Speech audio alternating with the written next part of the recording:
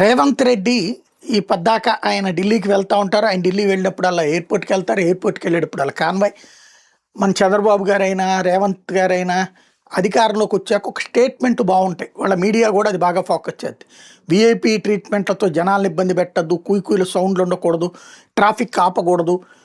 ఇంత చక్కటి మాట మాట్లాడే, ఇంత చక్కటి ఆదేశాలు ఇచ్చేటటువంటి ముఖ్యమంత్రులు ఎవరైనా ఉన్నారని పిఆర్ ప్రచారం ఇదంతా జరిగిపోయింది.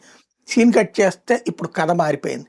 తాజాగా జరుగుతున్నటువంటి పరిణామాల్లో పర్టికులర్గా స్పష్టత రావాల్సినటువంటి అంశం ఉంది. అది ఏంటయ్యా అంటే ఈ రేవంత్ రెడ్డి వెళ్ళినప్పుడల్లా ట్రాఫిక్ ఆపుతున్నారు.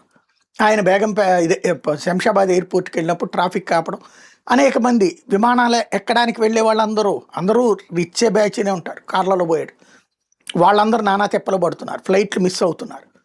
అది తాజాగా రేవంత్ని అడిగినట్టున్నారు. రేవంత్ తీవ్ర ఆగ్రహం వ్యక్తం చేస్తూ ట్రాఫిక్ పోలీసుల వ్యవహారం మీదన వీడియో కాన్ఫరెన్స్ నిర్వహించడం, ఇంకోసారి అట్లాంటి పరిస్థితి రాకూడదంటాం, డీజీపీ తగిన ఏర్పాట్లు చేస్తామని ప్రకటించడం జరిగిపోయినాయి.